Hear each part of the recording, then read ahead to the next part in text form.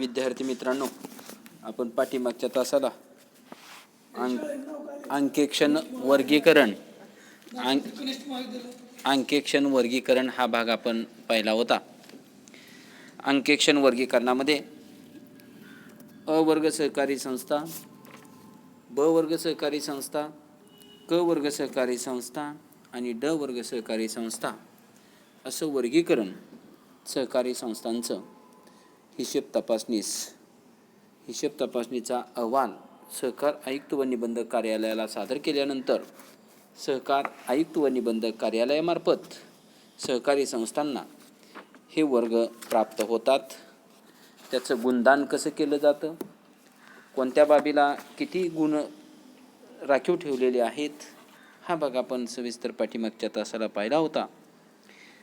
उजळणी म्हणून आठवते का बघा. भांडवल उभारणीसाठी 20 गुण राखीव ठेवले होते. आर्थिक स्थैर्यासाठी 40 गुण राखीव आहेत.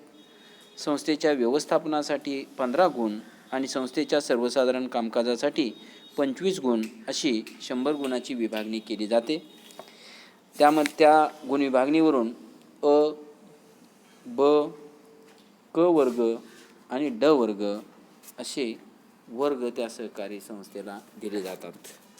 त्याच्या पुढचा भाग आहे हिशेब तपासणीचे फायदे किंवा अंकेक्षणाचे फायदे, ॲडव्हान्टेजेस ऑफ ऑडिट. आता सहकारी संस्थांची हिशेब तपासणी करून घेणं हे सहकारी संस्थेच्या हिताच्या दृष्टीनं फार महत्त्वाचं मानलं जातं. कारण सहकारी संस्थेच्या हिशेब तपासणीवरूनच सहकारी संस्थांची आर्थिक स्थिती, सहकारी संस्थांची प्रगती ही लक्षात येते.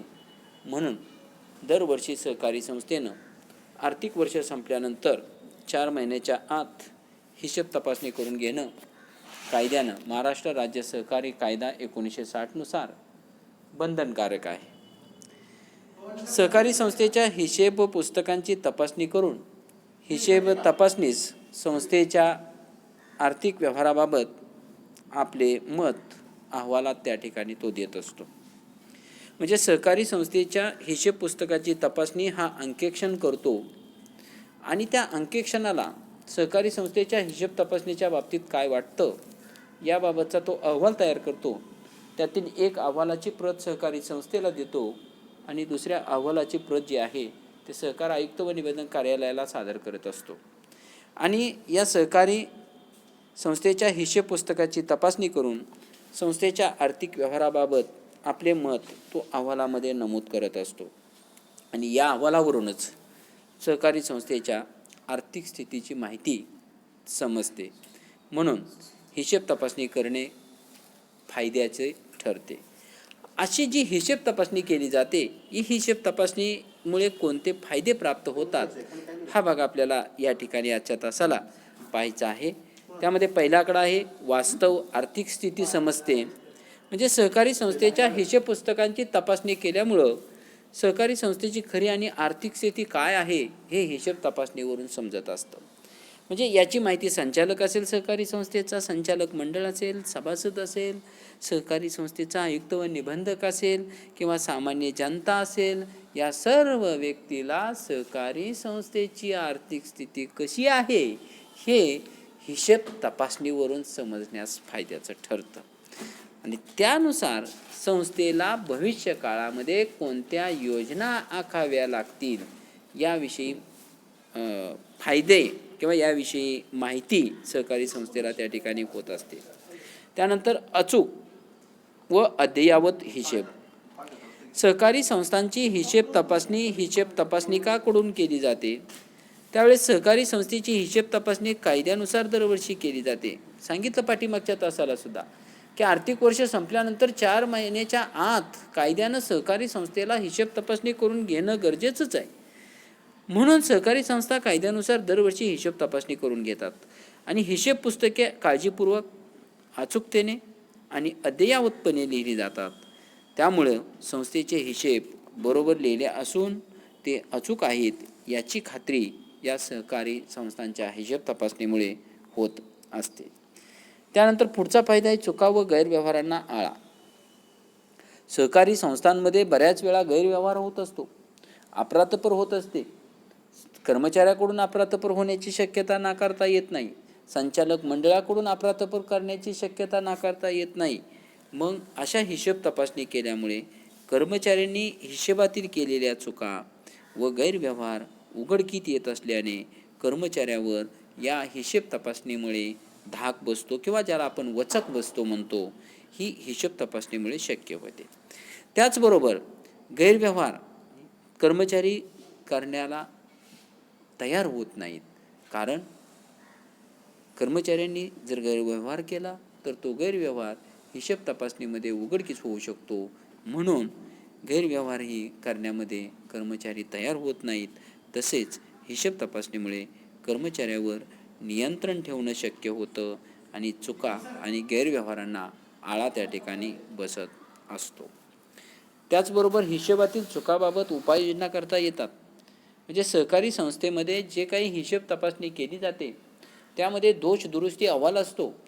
सहकार आयुक्त व निबंधक कार्यालयामार्फत ज्या अधिकाऱ्याची नेमणूक हिशोब तपासणी करण्यासाठी केली जाते तो त्या ठिकाणी दोष दुरुस्ती अहवाल त्या ठिकाणी सादर करत असतो आणि त्या हिशेबामधील ज्या चुका आहेत त्या चुकावर कोणते उपाय योजता येतील याविषयीचं मार्गदर्शन या हिशेब तपासणीमुळे होत असते.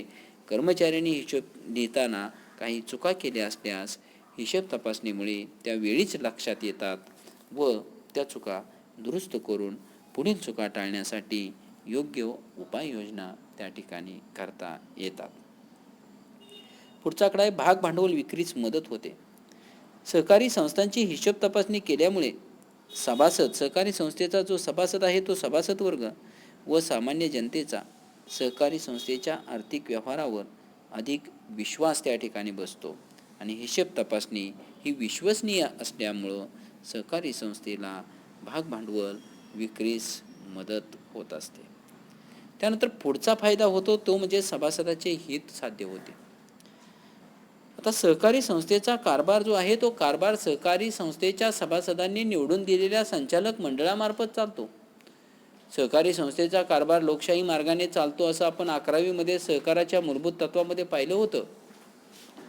आणि संचालकांनी संस्थेच्या आर्थिक व्यवहारातून अफरातफर लबाडी केली नाही व स्वतःच्या स्वार्थासाठी सभासदांनी कोणतेही नुकसान केले नाही याबाबत सभासदांची खात्री हिशेब तपासणीमुळे होते. त्यातून सभासदांचे हित जोपासण्यास मदत होत असते. त्यानंतर कर्ज मिळणं सुलभ होतं. हिशोब तपासणी केल्यामुळं कर्ज मिळण्यास फायदा होतो. कर्ज पुरवठा करणाऱ्या संस्था सहकारी संस्थेच्या हिशेब तपासणीवर अधिक विश्वास ठेवतात. हिशेब तपासणीवरून संस्थेची खरी आर्थिक स्थिती समजते आणि त्या आधारावर कर्ज पुरवठा करणाऱ्या ज्या संस्था आहेत त्या संस्था कर्ज देण्याबाबत निर्णय घेत असतात. त्यामुळे सहकारी संस्थेला कर्ज मिळणे सुलभ होत असतं. आणि शेवटचा फायदा आहे तो म्हणजे हिशेब पुस्तकाबाबत सल्ला. सहकारी संस्थेच्या हिशेब पुस्तकांची तपासणी करताना अंकेक्षणाला अनेक दोष व उणिवा लक्षात येतात आणि ज्यावेळेस सहकारी संस्थेची हिशेब तपासणी केली जाते त्यावेळेस अंकेक्षक हा हिशेब तपासणीमधील तज्ज्ञ असल्यामुळे संबंधित दोष व उणिवा दूर कशात करता येतील या संबंधित सल्ला देत असतात. तसेच हिशेब पुस्तके तयार करण्यासंबंधी योग्य सल्लाही ते संस्थेला देत असतात.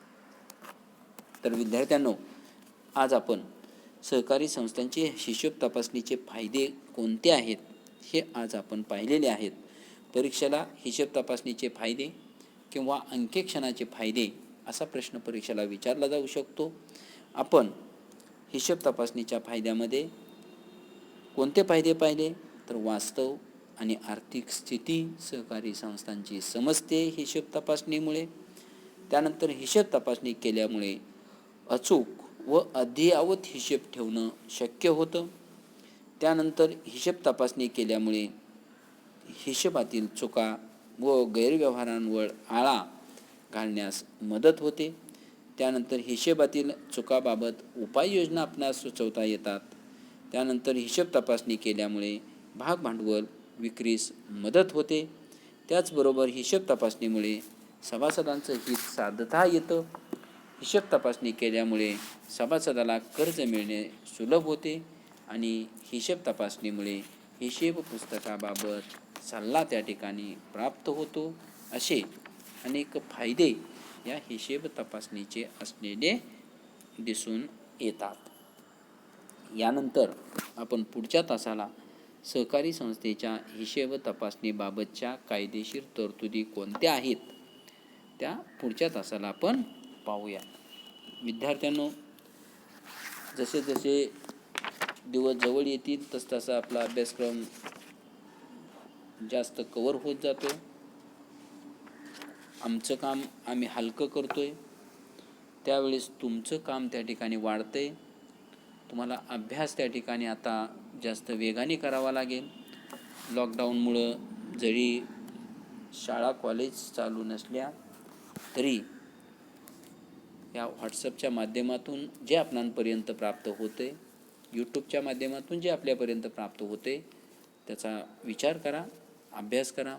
मी सांगितलं अगदी सुरुवातीलाच, तुम्ही पुस्तकं खरेदी करा, पुस्तकामध्ये नोंदी करा, कोणता सिलेबस रद्द झालेला आहे त्यानुसार वाचन करा, अभ्यास करा, की जेणेकरून परीक्षेच्या वेळेस आपल्याला तो भाग सोपा जाईल आणि जेणेकरून परीक्षेला आपल्याला चांगले मार्क्स त्या ठिकाणी मिळतील. त्या दृष्टीनं अभ्यासाला सुरुवात करा. पुढच्या तासाला आपण सहकारी संस्थेच्या हिशेब तपासणीबाबतच्या ज्या तरतुदी आहेत त्या तरतुदी आपण पुढच्या तासाला पाहूया. धन्यवाद.